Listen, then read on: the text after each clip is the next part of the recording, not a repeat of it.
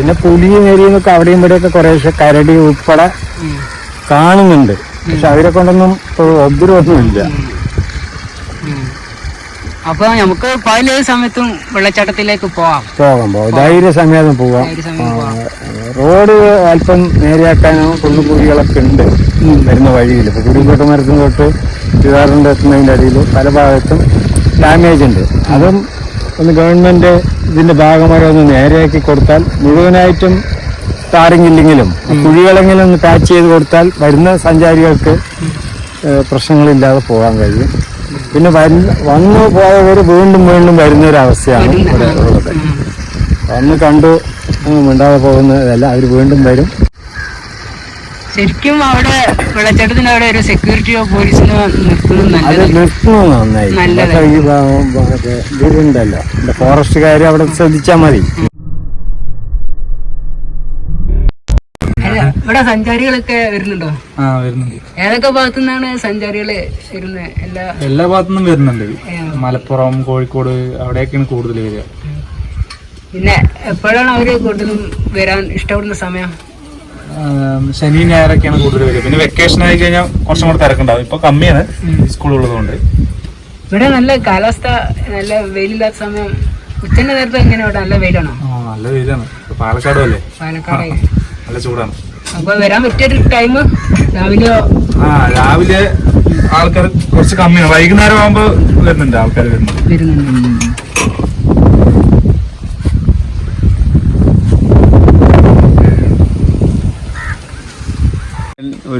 ഇവിടെ പിന്നെ സഞ്ചാരികള് കണ്ണമാനം കുപ്പികളൊക്കെ കൊണ്ടുവിടുന്നുണ്ടല്ലേ?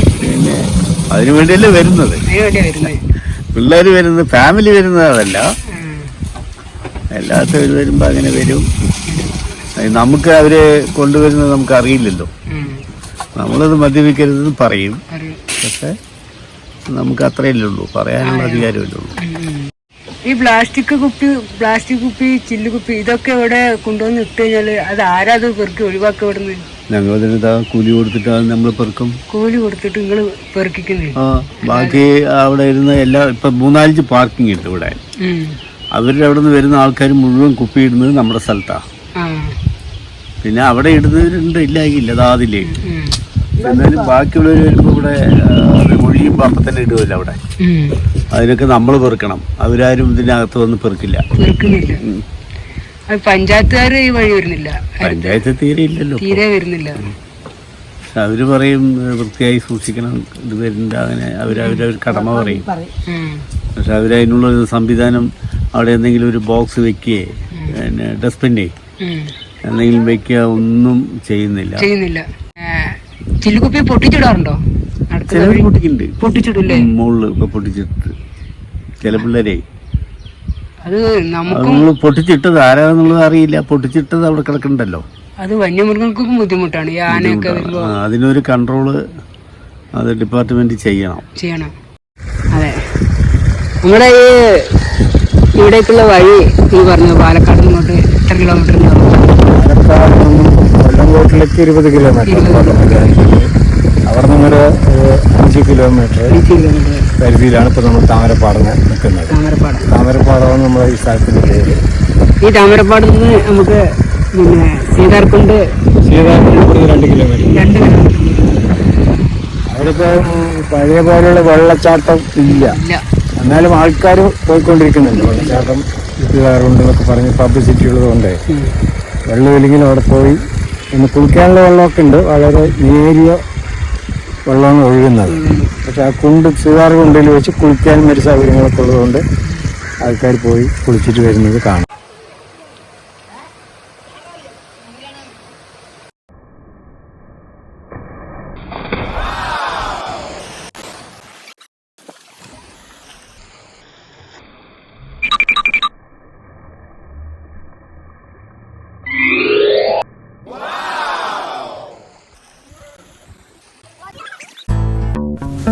കേരളത്തിലെ ഗ്രാമീണ ഭംഗിയുടെ സകല യശസ്സും പേരെടുത്തൊരു ഗ്രാമമാണ് പാലക്കാട് ജില്ലയിലെ കൊല്ലംകോട്. ഇതാണ് കുരുവിക്കോട് മരം അങ്ങാടി. പാലക്കാട് KSRTC സ്റ്റാൻഡിൽ നിന്നും രാവിലെ 4:45 നെല്ലിയാമ്പതി ബസ്സിൽ കയറിയാൽ കൊല്ലങ്കോട് വന്നിറങ്ങാം. അവിടെ നിന്ന് ഗോവിന്ദപുരത്തേക്ക് പോകുന്ന ബസ്സിൽ കയറിയാൽ നമുക്ക് ഈ അങ്ങാടിയിൽ ഇറങ്ങാം. ഇവിടെ നിന്നാൽ 7:45 ചിന്നച്ചിറ ബസ്സിൽ കയറി നമുക്ക് ചെല്ലപ്പൻ ചേട്ടന്റെ ചായക്കടയിൽ ഇറങ്ങി ഇഡ്ഡലിയും മറ്റു ആഹാരങ്ങളും അവിടെ നിന്നും കഴിച്ച് നമുക്ക് സീതാർകുണ്ട് വെള്ളച്ചാട്ടം കാണാൻ പോകാം. ഇതാണ് തേക്കിൻചിറയിലെ ചെല്ലപ്പൻ ചേട്ടന്റെ ചായക്കട. നമ്മുടെ ചെല്ലപ്പൻ ചേട്ടൻ അല്ലേ? ചെല്ലപ്പൻ ചേട്ടാ എന്തൊക്കെ രാവിലെ കഴിക്കാനുള്ളത്? ഇഡ്ഡലി ഉണ്ട്, ഉഴുന്നോടെ പരിപ്പുവട. നമുക്കിങ്ങനെ ഇഡ്ഡലി കഴിക്കാം.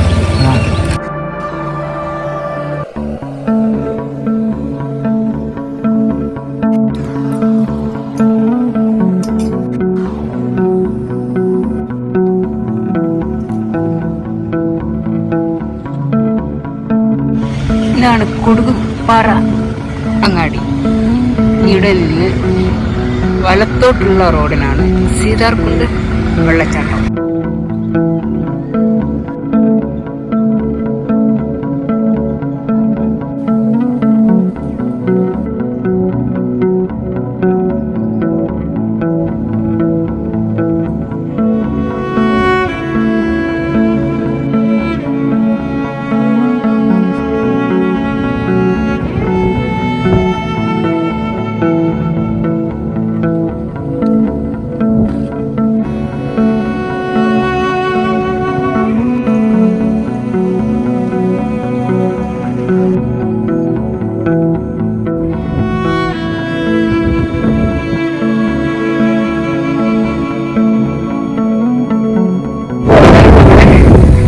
താമരപ്പാടില്ലേ? നിങ്ങളാണ് അരിയേട്ടൻ. അപ്പോ നമ്മള് ഈ നട്ട നെല്ല് ഏതിലും നെല്ലാണ്?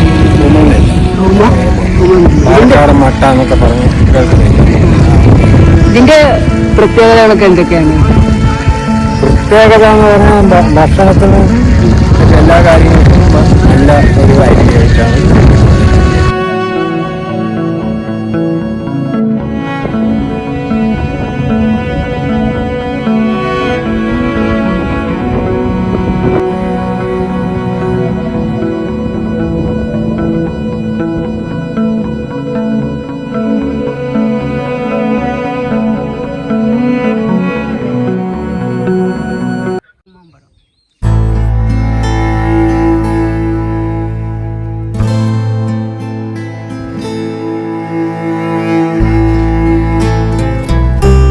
കുട്ടികൾ പറിക്കാതിരിക്കാനാണ് കവറ് കെട്ടിയത്.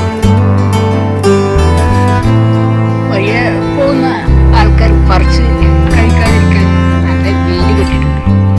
ഇത് നാട്ടു സേനം ബന്ധപ്പെട്ട മാങ്ങയാണ്.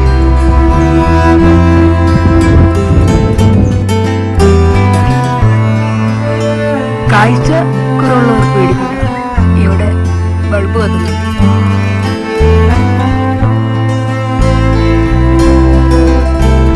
ഈ താമരപ്പാട് നിന്ന് നമുക്ക് സീതാർകുണ്ട് 2 കിലോമീറ്റർ. അതിപ്പോ പഴയ പോലെയുള്ള വെള്ളച്ചാട്ടം ഇല്ല, എന്നാലും ആൾക്കാർ പോയിക്കൊണ്ടിരിക്കുന്നുണ്ട്. വെള്ളച്ചാട്ടം വെള്ളമില്ലെങ്കിൽ അവിടെ പോയി കുളിക്കാനുള്ള വെള്ളമൊക്കെ ഉണ്ട്. വളരെ നേരിയ വെള്ളമാണ് ഒഴുകുന്നത്. സീതാർകുണ്ടിൽ വെച്ച് കുളിക്കാനും ഒരു സൗകര്യങ്ങളൊക്കെ ഉള്ളതുകൊണ്ട് ആൾക്കാർ പോയി കുളിച്ചിട്ട് വരുന്നത് കാണാം. ഇതാണ് സീതാർകുണ്ട് വെള്ളച്ചാട്ടം. ഇതിലൂടെ എങ്ങനെ നടക്കാൻ എന്താ രസം.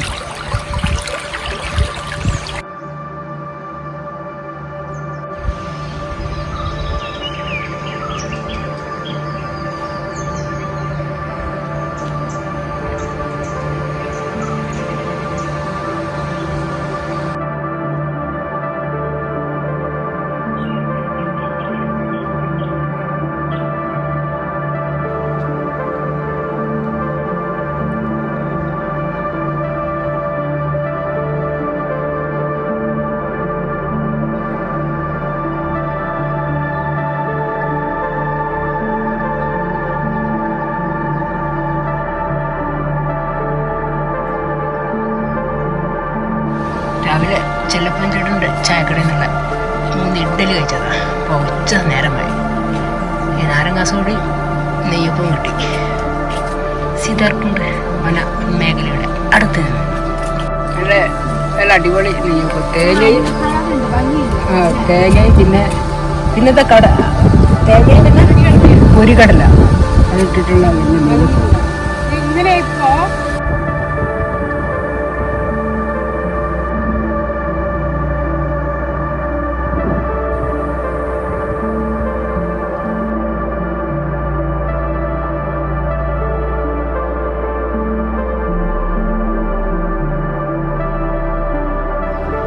മാങ്ങയുടെ ഒരുപാട് തോട്ടമുണ്ട് ഇവിടെ. ഇവിടെ വന്നിട്ട് ഒരു മാങ്ങ ഇങ്ങനെ കഴിക്കാതെ പോയോ? 10 രൂപ കൊടുത്ത് ഞാനൊരു മാങ്ങ വാങ്ങി ഒന്ന് കഴിച്ചു നോക്കട്ടെ.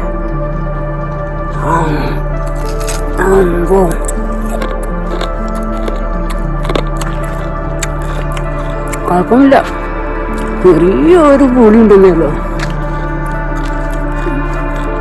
ഇത് പഴുക്കട്ടെ എന്നിട്ട് വേണം ഇവിടെ വരാൻ.